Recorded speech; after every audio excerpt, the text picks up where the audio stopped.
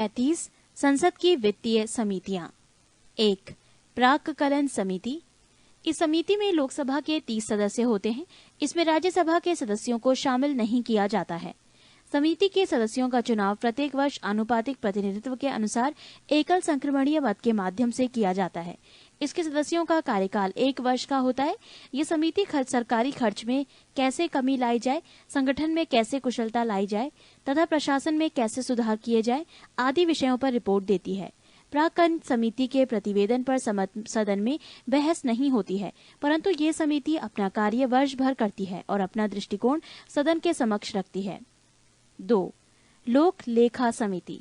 प्राक्कलन समिति की जुड़वा बहन के रूप में ज्ञात इस समिति में 22 सदस्य होते हैं, जिसमें 15 सदस्य लोकसभा द्वारा तथा 7 सदस्य राज्यसभा द्वारा 1 वर्ष के लिए निर्वाचित किए जाते हैं।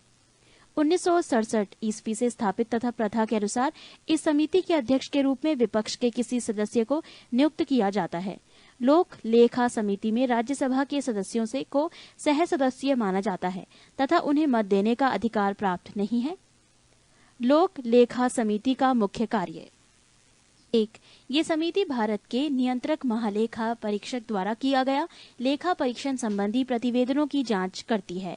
2 भारत सरकार के व्यय के लिए सदन द्वारा प्रदान की गई राशियों का विनियोग दर्शाने वाली लेखाओं की जांच करना। 3 संसद द्वारा प्रदान की गई धनराशि के अतिरिक्त धनराशि को व्यय किया गया हो तो समिति उन परिस्थितियों की जांच करती है जिसके कारण अतिरिक्त व्यय करना पड़ा। 4 समिति राष्ट्रपति के वित्तीय मामलों के संचालन में अपव्यय, भ्रष्टाचार, अकुशलता में कमी के किसी प्रमाण को खोज सकती है। 3 सरकारी उपक्रमों की समिति। इस समिति में 22 सदस्य होते हैं, जिनमें से 15 लोकसभा तथा 7 राज्यसभा द्वारा अनुपातिक प्रतिनिधित्व की एकल संक्रमणीय मत पद्धति द्वारा निर्वाचित किए जाते हैं। समिति का अध्यक्ष लोकसभा अध्यक्ष द्वारा नामजद किया जाता है। इस समिति के निम्न कार्य हैं। 1 सरकारी उपक्रमों के प्रतिवेदनों और लेखाओं की ओर उन पर नियंत्रक एवं महालेखा परीक्षक के प्रतिवेदनों की जांच करना। 2 ऐसे विषयों की जांच करना जो सदन या अध्यक्ष द्वारा निर्दिष्ट किए जाएं। 4 कुछ अन्य प्रमुख समितियां। कार्य मंत्रणा समिति। लोकसभा की कार्य मंत्रणा समिति में अध्यक्ष सहित 15 सदस्य होते हैं। लोकसभा का अध्यक्ष इसका पदेन अध्यक्ष होता है। राज्यसभा की कार्य मंत्रणा समिति में इसकी सभा का सभापति इसका पदेन सभापति होता है। गैर सरकारी सदस्यों के विधेयकों तथा संकल्पों संबंधी समिति। इसका गठन लोकसभा में किया जाता है। इस समिति में 15 सदस्य होते हैं। लोकसभा का उपाध्यक्ष इस समिति का अध्यक्ष होता है। पृष्ठ 226। नियम समिति। लोकसभा की नियम समिति में लोकसभा अध्यक्ष सहित 15 सदस्य होते हैं, जबकि राज्यसभा की नियम समिति में सभापति एवं उपसभापति सहित 16 सदस्य होते हैं। लोकसभा अध्यक्ष एवं राज्यसभा के सभापति अपने अपने सदन की समितियों का पदेन अध्यक्ष होते हैं। 5 अनुसूचित जातियों तथा अनुसूचित जनजातियों का कल्याण संबंधी समिति। इसमें 30 सदस्य शामिल किए जाते हैं। इसमें 20 लोकसभा तथा 10 राज्यसभा के सदस्य होते हैं। 6 ग्रंथालय समिति।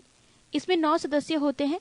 लोकसभा अध्यक्ष द्वारा मनोनीत 6 लोकसभा सदस्य तथा राज्यसभा के सभापति द्वारा मनोनीत 3 सदस्य शामिल किए जाते हैं। इस समिति का गठन प्रत्येक वर्ष किया जाता है। 36 पंचायती राज। पंचायती राज का शुभारंभ स्वतंत्र भारत में 2 अक्टूबर 1959 ईस्वी को भारत के प्रथम प्रधानमंत्री जवाहरलाल नेहरू के द्वारा राजस्थान राज्य के नागौर जिला में हुआ। 11 अक्टूबर 1959 ईस्वी को पंडित नेहरू ने आंध्र प्रदेश राज्य में पंचायती राज का प्रारंभ किया। 73वां संविधान संशोधन पंचायती राज से संबंधित है। इसके द्वारा संविधान के भाग 9 अनुच्छेद 243 क से ण तक तथा अनुसूचित 11 का प्रावधान किया गया है। 73वां संविधान संशोधन की मुख्य बातें। 1 इसके द्वारा पंचायती राज के त्रिस्तरीय ढांचे का प्रावधान किया गया है। ग्राम स्तर पर ग्राम पंचायत, प्रखंड स्तर पर पंचायत समिति तथा जिला स्तर पर जिला परिषद के गठन की व्यवस्था की गई है। 2 पंचायती राज संस्था के प्रत्येक स्तर में 1/3 स्थानों पर महिलाओं के लिए आरक्षण की व्यवस्था की गई है। 3 इसका कार्यकाल 5 वर्ष निर्धारित किया गया है। पंचायत भंग होने पर 6 माह के अंदर निर्वाचित होंगे। 4 राज्य की संचित निधि से इन संस्थाओं को अनुदान देने की व्यवस्था की गई है।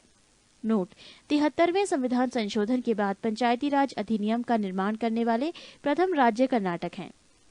पंचायती राज व्यवस्था में सुधार हेतु गठित समितियां: बलवंत राय मेहता समिति 1957 ईस्वी, अशोक मेहता समिति 1977 ईस्वी, पीवी के राय समिति 1985 ईस्वी, एलएम सिंधवी समिति 1986 ईस्वी, 64वां संविधान संशोधन 1989 ईस्वी, 73वां संविधान संशोधन 1993 ईस्वी।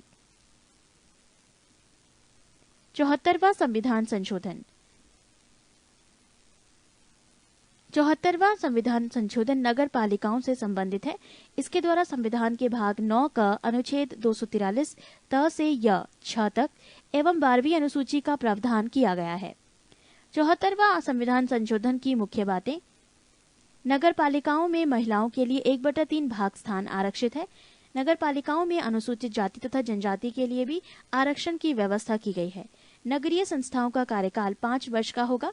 विघटन की स्थिति में 6 माह के अंदर चुनाव कराना है। नोट: 73वां संविधान संशोधन अधिनियम 25/4/1993 ईस्वी से और 74वां संविधान संशोधन 1/6/1993 ईस्वी से प्रवर्त हुआ है। नगर पालिका के प्रकार: नगर पंचायत ऐसा ग्रामीण क्षेत्र जो नगर क्षेत्र में परिवर्तित हो रहा हो। नगर परिषद छोटे नगर क्षेत्र के लिए। नगर निगम बड़े नगर क्षेत्र के लिए। नोट: नगर निगम की स्थापना सर्वप्रथम मद्रास में 1687 ईस्वी में की गई थी। पृष्ठ 227। 37 महत्वपूर्ण शब्दावलियां। 1. शून्यकाल। संसद के दोनों सदनों में प्रश्नकाल के ठीक बाद के समय को शून्यकाल कहा जाता है। ये 12 बजे प्रारंभ होता है और 1 बजे दिन तक चलता है। शून्यकाल का लोकसभा या राज्यसभा की प्रक्रिया तथा संचालन नियम में कोई उल्लेख नहीं है। इस काल अर्थात 12 बजे से 1 बजे तक के समय को शून्यकाल का नाम समाचार पत्रों द्वारा दिया गया। इस काल के दौरान सदस्य अविलंबनीय महत्व के मामलों को उठाते हैं तथा उस पर तुरंत कार्यवाही चाहते हैं। 2. सदन का स्थगन। सदन के स्थगन द्वारा सदन के कामकाज को विनिर्दिष्ट समय के लिए स्थगित कर दिया जाता है। ये कुछ घंटे, दिन या सप्ताह को भी हो सकता है, जबकि सत्र अवसान द्वारा सत्र की समाप्ति होती है। 3. विघटन। विघटन केवल लोकसभा का ही हो सकता है। इससे लोकसभा का अंत हो जाता है। 4. अनुपूरक प्रश्न।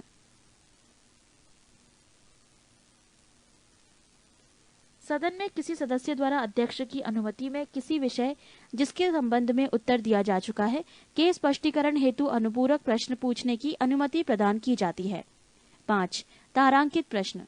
जिन प्रश्नों का उत्तर सदस्य तुरंत सदन में चाहता है उसे तारांकित प्रश्न कहा जाता है। तारांकित प्रश्नों का उत्तर मौखिक दिया जाता है तथा तारांकित प्रश्नों के अनुपूरक प्रश्न भी पूछे जा सकते हैं। इस प्रश्न पर तारा लगाकर अन्य प्रश्नों से इसका भेद किया जाता है। 6. अतारांकित प्रश्न। जिन प्रश्नों का उत्तर सदस्य लिखित चाहता है उन्हें अतारांकित प्रश्न कहा जाता है। अतारांकित प्रश्न का उत्तर सदन में नहीं दिया जाता है और इन प्रश्नों के अनुपूरक प्रश्न नहीं पूछे जाते। 7. अल्प सूचना प्रश्न। जो प्रश्न अविलंबनीय लोक महत्व का हो तथा जिन्हें साधारण प्रश्न के लिए निर्धारित 10 दिन की अवधि से कम सूचना देकर पूछा जा सकता है उन्हें अल्प सूचना प्रश्न कहा जाता है। 8. स्थगन प्रस्ताव। स्थगन प्रस्ताव पेश करने का मुख्य उद्देश्य किसी अविलंबनीय लोक महत्व के मामले की ओर सदन का ध्यान आकर्षित करना है।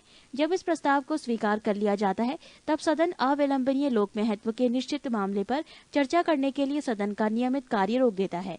इस प्रस्ताव को पेश करने के लिए न्यूनतम 50 सदस्यों की स्वीकृति आवश्यक है। 9. संचित निधि कंसोलिडेटेड फंड। संविधान के अनुच्छेद 266 में संचित निधि का प्रावधान है।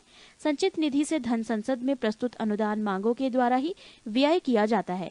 राज्यों को करों एवं शुल्कों में से उनका अंश देने के बाद जो धन बचता है निधि में डाल दिया जाता है।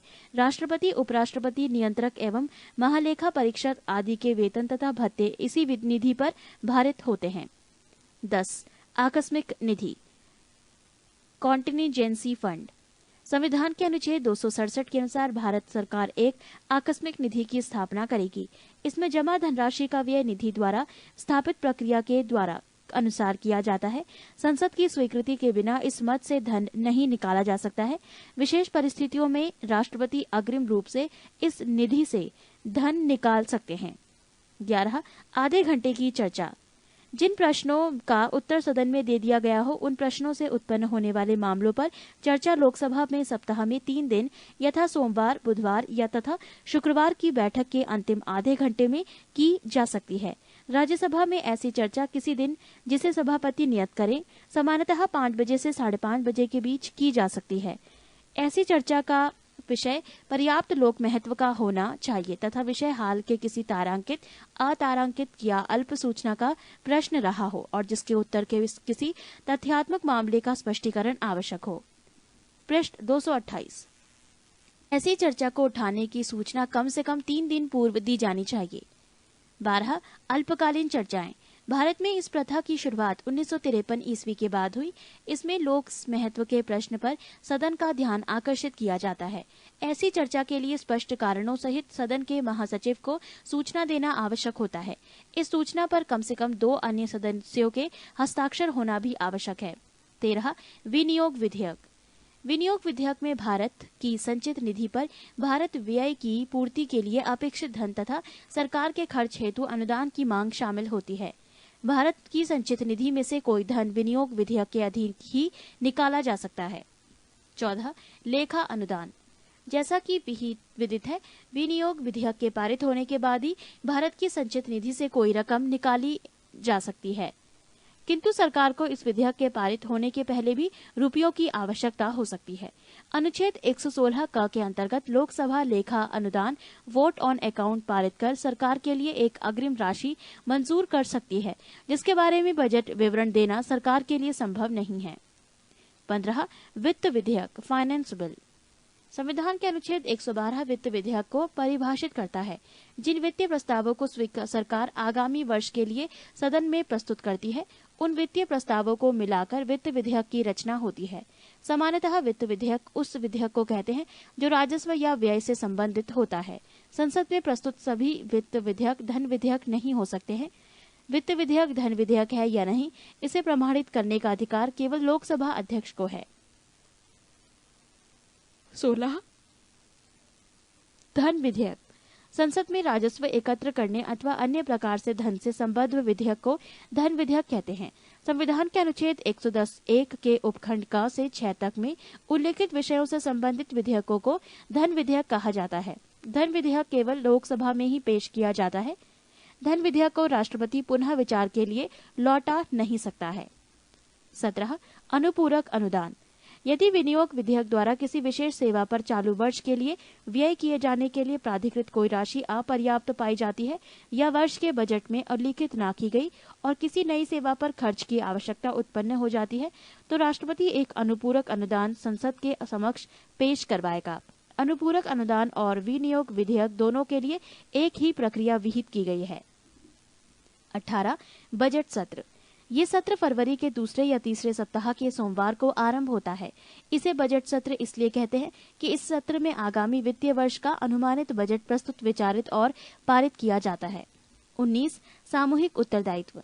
अनुच्छेद 75(3) के अनुसार मंत्रिपरिषद लोकसभा के प्रति सामूहिक रूप से उत्तरदायी होगी। इसका अभिप्राय यह है कि वो अपने पद पर तब तक बनी रह सकती है जब तक उसे निम्न सदन अर्थात लोकसभा के बहुमत का समर्थन प्राप्त है। लोकसभा का विश्वास खोते ही मंत्रिपरिषद को तुरंत पद त्याग करना होगा। 20. कटौती प्रस्ताव। सत्ता पक्ष द्वारा सदन की स्वीकृति के लिए प्रस्तुत अनुदान की मांगों में किसी भी प्रकार की कटौती के लिए विपक्ष द्वारा रखे गए प्रस्ताव को कटौती प्रस्ताव कहा जाता है। सरकार की नीतियों को अस्वीकृति तो दर्शाने के लिए विपक्ष द्वारा प्रायः 1 रुपया की कटौती का प्रस्ताव किया जाता है, जिसका अर्थ ये भी होता है कि प्रस्ताव मांग के मुद्दों का स्पष्ट उल्लेख किया जाए। पृष्ठ 229। 21. अविश्वास प्रस्ताव। अविश्वास प्रस्ताव सदन में विपक्षी दल के किसी सदस्य द्वारा रखा जाता है। प्रस्ताव के पक्ष में कम से कम 50 सदस्यों का होना आवश्यक है तथा प्रस्ताव प्रस्तुत किए जाने के 10 दिन के अंदर इस पर चर्चा होना भी आवश्यक है। चर्चा के बाद अध्यक्ष मतदान द्वारा निर्णय की घोषणा करता है। 22. मूल प्रस्ताव। मूल प्रस्ताव अपने आप में संपूर्ण प्रस्ताव होता है जो सदन के अनुमोदन के लिए पेश किया जाता है। मूल प्रस्ताव को इस तरह से बनाया जाता है कि उससे सदन के फैसले की अभिव्यक्ति हो सके। निम्नलिखित प्रस्ताव मूल प्रस्ताव होते हैं। 1. राष्ट्रपति के अभिभाषण पर धन्यवाद प्रस्ताव। 2. अविश्वास प्रस्ताव। इस प्रस्ताव के माध्यम से सदन का कोई सदस्य मंत्रिपरिषद में अपना अविश्वास व्यक्त करता है और यदि ये प्रस्ताव पारित कर दिया जाता है तो मंत्रिपरिषद को त्यागपत्र देना पड़ता है। 3. लोकसभा के अध्यक्ष, उपाध्यक्ष या राज्यसभा के उपसभापति के निर्वाचन के लिए या हटाने के लिए प्रस्ताव। 4. विशेष अधिकार प्रस्ताव। ये प्रस्ताव संसद के किसी सदस्य द्वारा पेश किया जाता है जब उसे ये प्रतीत होता है कि मंत्रिपरिषद के किसी सदस्य ने संसद में झूठा तथ्य प्रस्तुत करके सदन के विशेष अधिकार का उल्लंघन किया है। 23. स्थानापन्न प्रस्ताव। जो प्रस्ताव मूल प्रस्ताव के स्थान पर और उसके विकल्प के रूप में पेश किए जाते हैं उन्हें स्थानापन्न प्रस्ताव कहा जाता है। 4. अनुषंगी प्रस्ताव। इस प्रस्ताव को विभिन्न प्रकार के कार्यों की अगली कार्यवाही के लिए नियमित उपाय के रूप में पेश किया जाता है। 25. प्रतिस्थापन प्रस्ताव। ये किसी अन्य प्रश्न पर विचार विमर्श के दौरान पेश किया जाता है। कोई सदस्य किसी विधेयक पर विचार करने के प्रस्ताव के संबंध में प्रतिस्थापन प्रस्ताव पेश करता है। 26. संशोधन प्रस्ताव। ये प्रस्ताव मूल प्रस्ताव में संशोधन करने के लिए पेश किया जाता है। 27. अनियमित दिन वाले प्रस्ताव। जिस प्रस्ताव को अध्यक्ष द्वारा स्वीकार या अस्वीकार किया जा सकता है लेकिन उस प्रस्ताव पर विचार विमर्श के लिए कोई समय नियत नहीं किया जाता, उसे अनियमित दिन वाला प्रस्ताव कहा जाता है। 28. अध्यादेश। राष्ट्रपति अथवा राज्यपाल संसद अथवा विधानमंडल के सत्र अवसान की स्थिति में आवश्यक विषयों से संबंधित अध्यादेश का प्रख्यापन करते हैं। अध्यादेश में निहित विधि संसद अथवा विधानमंडल के अगले सत्र की शुरुआत के 6 सप्ताह के बाद प्रवर्तन योग्य नहीं रह जाती यदि संसद अथवा विधानमंडल द्वारा उसका अनुमोदन नहीं कर दिया जाता है। 29. निंदा प्रस्ताव। निंदा प्रस्ताव मंत्रिपरिषद अथवा किसी एक मंत्री के विरुद्ध उसकी विफलता पर खेद अथवा रोष व्यक्त करने के लिए किया जाता है। निंदा प्रस्ताव में निंदा के कारणों का उल्लेख करना आवश्यक होता है। निंदा प्रस्ताव नियमानुसार है या नहीं इसका निर्णय अध्यक्ष करता है। 30. धन्यवाद प्रस्ताव। राष्ट्रपति के अभिभाषण के बाद संसद की कार्यमंत्रणा समिति की सिफारिश पर 3-4 दिनों तक धन्यवाद प्रस्ताव पर चर्चा होती है। चर्चा प्रस्तावक द्वारा आरंभ होती है तथा उसके बाद प्रस्तावक का समर्थक बोलता है। इस चर्चा में राष्ट्रपति के नाम का उल्लेख नहीं किया जाता है क्योंकि अभिभाषण की विषय वस्तु के लिए सरकार उत्तरदायी होती है। अंत में धन्यवाद प्रस्ताव मतदान के लिए रखा जाता है तथा उसे स्वीकृत किया जाता है। प्रश्न 230। 31. विश्वास प्रस्ताव। बहुमत का समर्थन प्राप्त होने में संदेह होने की स्थिति में सरकार द्वारा लोकसभा में विश्वास लाया जाता है। इस प्रस्ताव का उद्देश्य ये सिद्ध करना होता है कि सदन का बहुमत उसके साथ है। विश्वास प्रस्ताव के पारित न होने की दशा में सरकार के त्यागपत्र देना आवश्यक हो जाता है। 32. Back bencher. सदन में आगे के स्थान प्रायः मंत्रियों, संसदीय सचिवों तथा विरोधी दल के नेताओं के लिए आरक्षित रहते हैं। गैर सरकारी सदस्यों के लिए पीछे का स्थान नियत रहता है। पीछे बैठने वाले सदस्यों को ही बैक बेंचर कहा जाता है। 33. बुलेटिन। बुलेटिन वो संसदीय प्रक्रिया है जिसमें सभी मांगों को जो नियत तिथि तक न निपटाई गई हो बिना चर्चा के ही मतदान के लिए रखा जाता है। 34. काकस। किसी राजनीतिक दल अथवा गुट के प्रमुख सदस्यों की बैठक को काकस कहते हैं। इन प्रमुख सदस्यों द्वारा तय की गई नीतियों से पूरा दल संचालित होता है। 35. त्रिशंकु संसद। आम चुनाव में किसी राजनीतिक दल को स्पष्ट बहुमत न मिलने की स्थिति में त्रिशंकु संसद की रचना होती है। त्रिशंकु संसद की स्थिति में दल बदल जैसे कुप्रवृत्तियों को प्रोत्साहन मिलता है। देश में 9वीं, 10वीं, 11वीं एवं 12वीं लोकसभा की यही स्थिति रही। 36.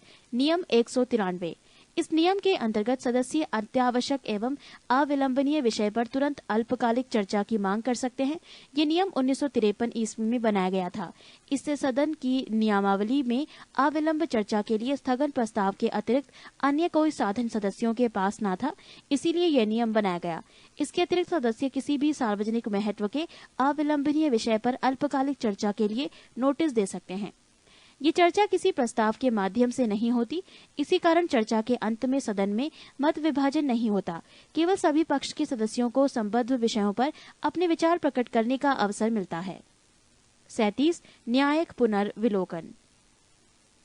भारत में न्यायपालिका को न्यायिक पुनर्विलोकन की शक्ति प्राप्त होती है।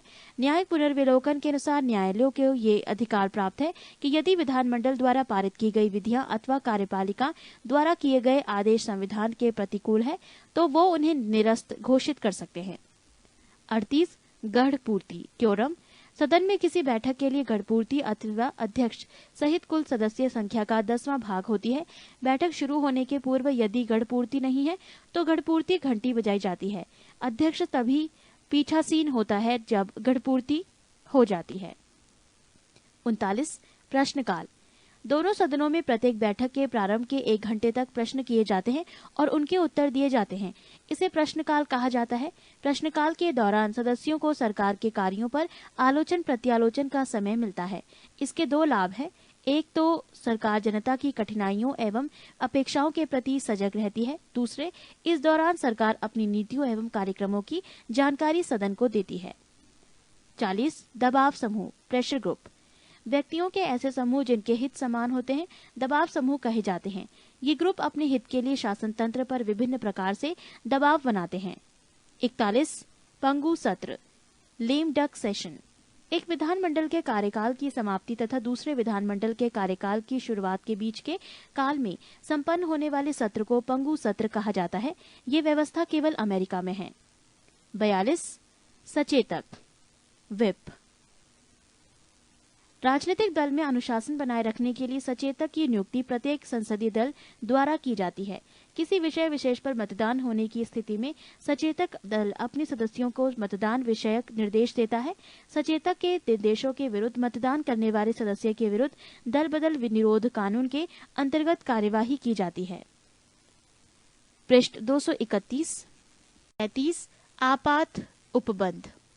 भारतीय संविधान में 3 प्रकार के आपातकाल की व्यवस्था की गई है। 1 राष्ट्रीय आपात अनुच्छेद 352, 2 राष्ट्रीय शासन अनुच्छेद 356 एवं 3 वित्तीय आपात अनुच्छेद 360।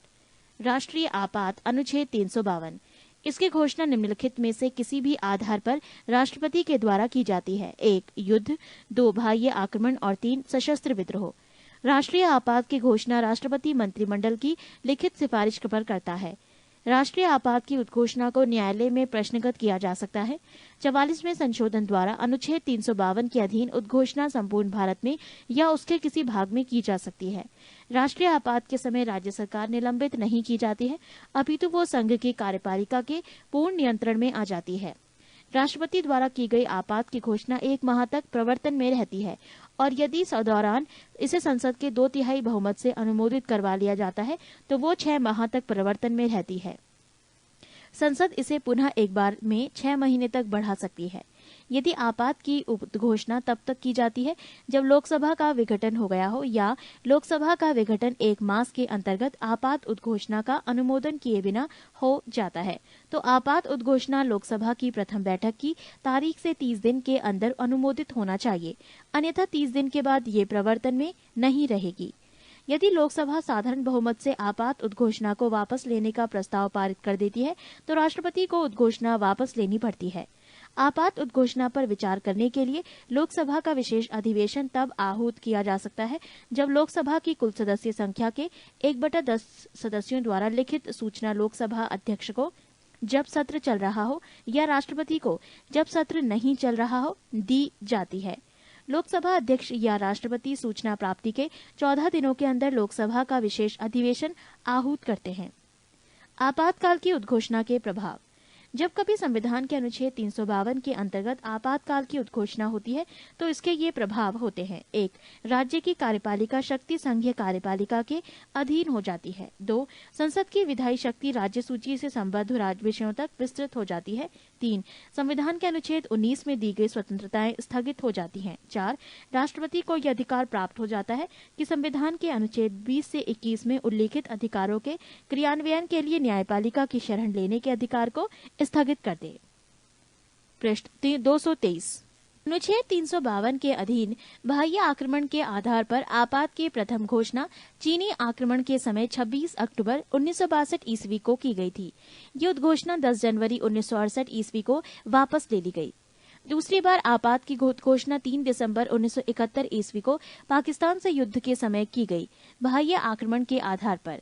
तीसरी बार राष्ट्रीय आपात की घोषणा 26 जून 1975 ईस्वी को आंतरिक गड़बड़ी की आशंका के आधार पर जारी की गई थी। दूसरी तथा तीसरी उद्घोषणा को मार्च 1977 ईस्वी में वापस ली गई।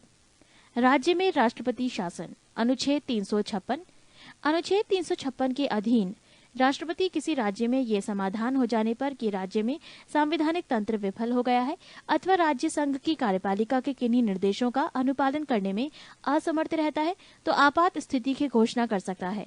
राज्य में आपात की घोषणा के बाद संघ न्यायिक कार्य छोड़कर राज्य प्रशासन के कार्य अपने हाथ में ले लेता है। राज्य में आपात उद्घोषणा की अवधि 2 मास होती है। इससे अधिक के लिए संसद से अनुमति लेनी होती है, तब ये 6 मास की होती है। अधिकतम 3 वर्ष तक ये एक राज्य के प्रवर्तन में रह सकती है। इससे अधिक के लिए संविधान में संशोधन करना पड़ता है। सर्वप्रथम पंजाब राज्य में अनुच्छेद 356 का प्रयोग किया गया है। 1951 ईस्वी में भार्गव मंत्रिमंडल के पतन का कारण। सर्वाधिक समय तक अनुच्छेद 356 का प्रयोग पंजाब राज्य ही में रहा, 11/5/1987 ईस्वी से 25/2/1992 ईस्वी तक। वित्तीय आपात।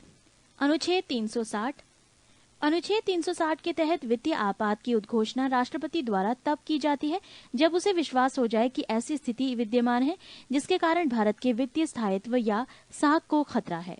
वित्तीय आपात की उद्घोषणा को 2 महीनों के भीतर संसद के दोनों सदनों के सम्मुख रचना तथा उनकी स्वीकृति प्राप्त करना आवश्यक है। वित्तीय आपात की घोषणा उस समय की जाती है जब लोकसभा विघटित हो तो 2 महीने के भीतर राज्यसभा की स्वीकृति मिलने के उपरांत वो आगे भी लागू रहेगी, किंतु नवनिर्वाचित लोकसभा द्वारा उसकी प्रथम बैठक के आरंभ से 30 दिन के भीतर ऐसी उद्घोषणा की स्वीकृति आवश्यक है। राष्ट्रपति वित्तीय आपात की घोषणा को किसी समय वापस ले सकता है। शपथ एवं त्यागपत्र। पद राष्ट्रपति, शपथ मुख्य न्यायाधीश, त्यागपत्र उपराष्ट्रपति। पद उपराष्ट्रपति, शपथ राष्ट्रपति, त्यागपत्र राष्ट्रपति। राज्यपाल, शपथ राज्य उच्च न्यायालय के मुख्य न्यायाधीश, त्यागपत्र राष्ट्रपति, मुख्य न्यायाधीश, शपथ राष्ट्रपति, त्यागपत्र राष्ट्रपति। प्रधानमंत्री, शपथ राष्ट्रपति, त्यागपत्र राष्ट्रपति। लोकसभा अध्यक्ष शपथ नहीं लेता है, त्यागपत्र उपाध्यक्ष। वित्तीय आपात का प्रभाव। 1. उच्चतम न्यायालय उच्च न्यायालय के न्यायाधीशों और संघ तथा राज्य सरकारों के अधिकारियों के वेतन में कमी की जा सकती है। 2. राष्ट्रपति आर्थिक दृष्टि से किसी भी राज्य सरकार को निर्देश दे सकता है। 3. राष्ट्रपति को यह अधिकार प्राप्त हो जाता है कि वो राज्य सरकारों को ये निर्देश दें कि राज्य के समस्त वित्त विधेयक उसकी स्वीकृति से विधानसभा में प्रस्तुत किए जाएं। 4. राष्ट्रपति केंद्र तथा राज्यों में धन संबंधी विभाजन के प्रावधानों में आवश्यक संशोधन कर सकते हैं। पृष्ठ 224। 34. भारत के राष्ट्रीय चिन्ह। राष्ट्रीय प्रतीक, नेशनल सिंबल। भारत का राष्ट्रीय प्रतीक सारनाथ स्थित अशोक के सिंह स्तंभ के शीर्ष भाग की अनुकृति है। भारत सरकार ने इसे 26 जनवरी 1950 ईस्वी को अपनाया। प्रतीक के नीचे मुंडकोपनिषद में लिखा सूत्र सत्यमेव जयते देवनागरी लिपि में अंकित है। शासकीय कार्यों में प्रयोग में लाए जाने वाले राष्ट्रीय प्रतीक अलग अलग रंग के होते हैं।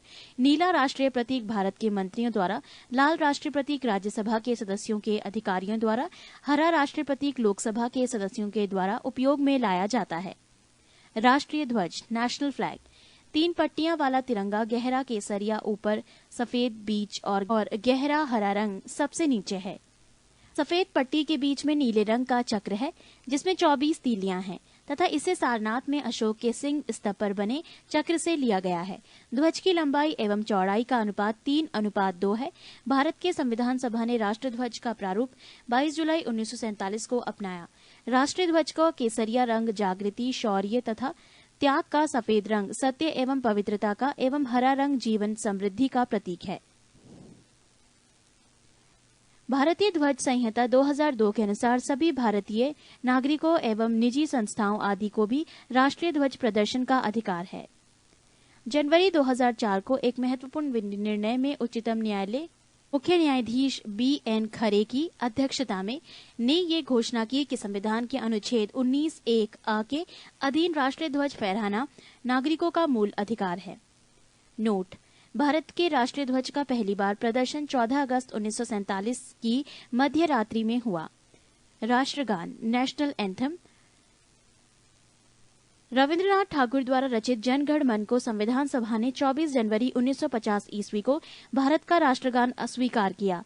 इसके गायन का समय 52 सेकंड है तथा संक्षिप्त अवधि 20 सेकंड है, जिसमें इसकी प्रथम और अंतिम पंक्तियां गाई जाती हैं। ये सर्वप्रथम 27 दिसंबर 1911 को भारतीय कांग्रेस के कोलकाता अधिवेशन अध्यक्ष पंडित विशन नारायण दत्त में गाया गया। इसे रविंद्रनाथ ठाकुर ने 1912 ईस्वी में तत्वबोधिनी में भारत भाग्य विधाता शीर्षक से प्रकाशित किया गया था तथा 1919 ईस्वी में मॉर्निंग सॉन्ग ऑफ इंडिया के नाम से अंग्रेजी अनुवाद किया।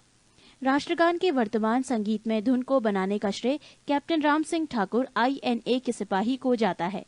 सर्वप्रथम इसे 27 दिसंबर 1911 को कांग्रेस के कोलकाता अधिवेशन में गाया गया था। राष्ट्रगीत नेशनल सॉन्ग बंकिम चंद्र चटर्जी के उपन्यास आनंद मठ में उन्हीं के द्वारा रचित वंदे मातरम को राष्ट्रगीत के रूप में 26 जनवरी 1950 ईस्वी को स्वीकार किया गया। इसे सर्वप्रथम 1896 ईस्वी में भारतीय राष्ट्रीय कांग्रेस के अधिवेशन अध्यक्ष रहीमतुल्ला सयानी में गाया गया था। इस गीत को गाने का समय 1 मिनट और 5 सेकंड है। किसी भी व्यक्ति को राष्ट्रगीत गाने के लिए बाध्य नहीं किया जा सकता है। नोट: भारतीय संसद के अधिवेशन का प्रारंभ जन गण मन से और समापन वंदे मातरम के गायन से होता है। राष्ट्रीय कैलेंडर ग्रिगोरियन कैलेंडर के साथ देश भर के लिए शक संवत पर आधारित राष्ट्रीय पंचांग को सरकारी प्रयोग के लिए 22 मार्च 1957 ईस्वी को अपनाया गया। इसका पहला महीना चैत्र है। ये सामान्यतः सामान्य वर्ष में 21 मार्च को एवं लीप वर्ष में 22 मार्च को प्रारंभ होता है।